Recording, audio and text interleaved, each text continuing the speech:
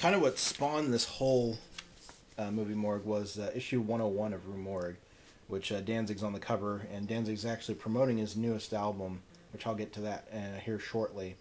But this is, again, kind of the inspiration behind this movie Morgue.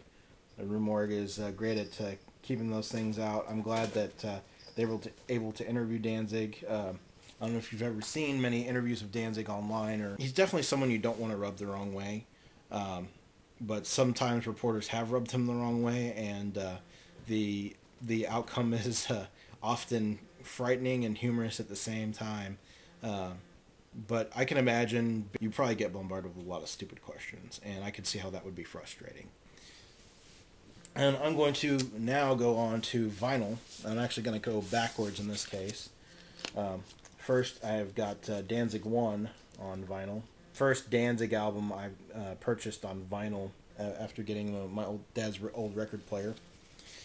And of course we have Misfits Collection 1. And these have also been seen on a prior movie Morgue. And Misfits Collection 2. So we have Misfits Collection 1 and Misfits Collection 2. So it has just about every track that they've done, like at least all the major tracks. And of course it doesn't have like American Nightmare, Spook City USA. We have the Evil Live album. This is again my favorite live Misfits album ever. Just the way that they perform the tracks are great. They sound great. And of course Static Age, which has great songs, including Last Caress, which is my favorite Misfits song of all time. And there are many other great Misfits songs. And I'm actually going to move on to just regular CDs now. This is a bootleg that I got from the same place that I got the DVD bootlegs of a live performance of the Misfits in '82, in April of '82. A great live CD. Misfits are commanding for beer and yelling at stupid people in the audience, and it's a whole lot of fun.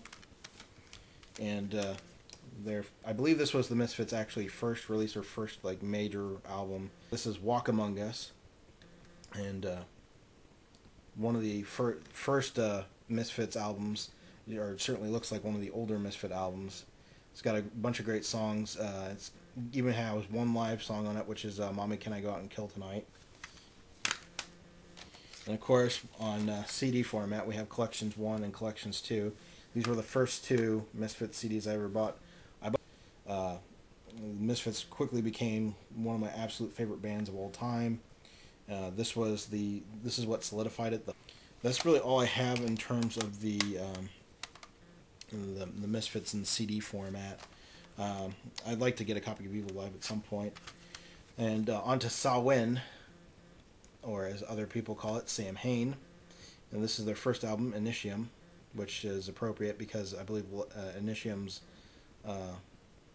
Latin for it's like either initial or initiation, or initial or first, or their first album as Samhain, and Samhain also featured members of Minor Threat, and kind of their introduction when they first started doing live shows was From the Ashes of the Misfits and Minor Threat comes Samhain.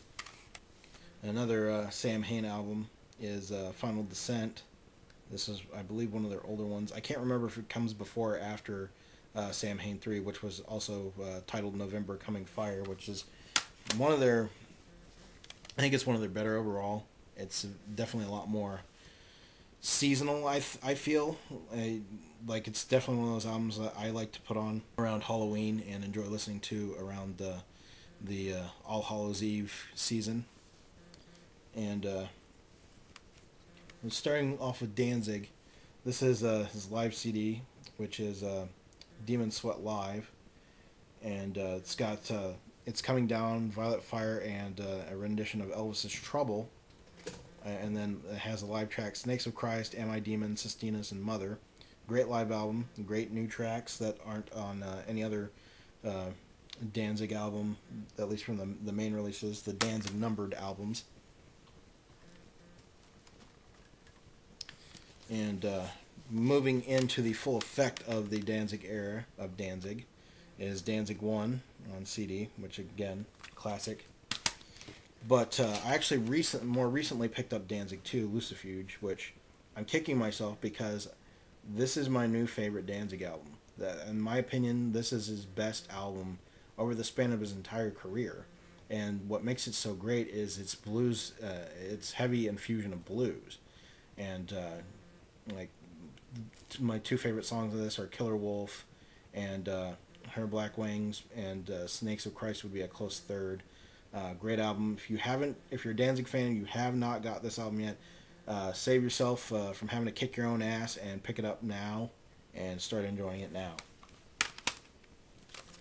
And then moving on to Danzig 3, which of course everyone knows, the cover art is by H.R. Giger, and there's actually photos in Misery Obscura of Danzig at Giger's place discussing things about this album, and Rob Zombie, hilariously enough, is in tow in some of the shots and stuff like that.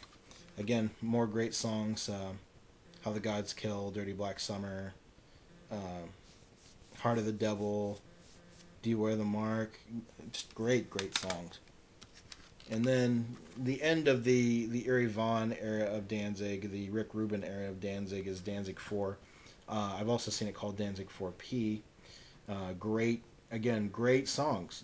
I mean, the first four albums, in my opinion, are it's kind of like an empire. The empire gets established within the first two albums, and then it's really solidified at the end of the second album, and then it continues on through the third and fourth album, and the empire's still there, but it's starting to crumble at the end of this album, in my opinion, as far as what was going on with the band, and what happened, and that kind of lapse between this album and the next album. Again, Until You Call in the Dark, Bringer of Death, Can't Speak, just great songs. I Don't Mind the Pain, another great addition to the Danzig canon. Then came Black Acid Devil, or Danzig 5, and this is the original release of it. I picked it up when it came out, and I was very surprised by the new sound. It's more of an industrial sound, metal industrial sound to it. At first, I didn't like it, but as the years have gone by, I've come to appreciate this album in a whole new way, and it has some great songs on it. The Seventh House, of course, I picked it up because I liked the song Sacrifice. Great song.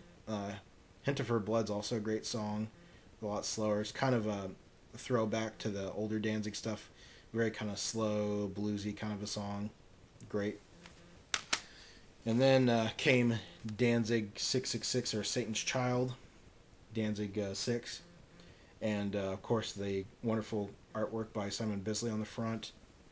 And this is probably one of his more well-known albums for Five Finger Crawl and Belly of the Beast, which was featured in The Crow Salvation, stuff like that. Again, I love this album, but not as much as the earlier stuff, of course, especially Danzig 2. Now that I've got it, I still love that album. But again, a great addition to the collection. And then is Danzig 7, or I Luciferi. Black Mass, the second song on here, is the most kick-ass song on this album. A lot of other great songs on this album. It's more of a return to his older stuff. Again, another great addition. And then there's Circle of Snakes, which came out in 2004. And some great songs. Skin Carver. This is probably one of his heavier albums, I would say. But there's definitely some melodic songs on here, like the last song, Black Angel, White Angel, Netherbound, Skull Forest. But again, very heavy album. 100 Devil's Reign's awesome. It's kind of has a Japanese tone to it, I think. Circle of Snakes is also a great song. Again, another worthy addition.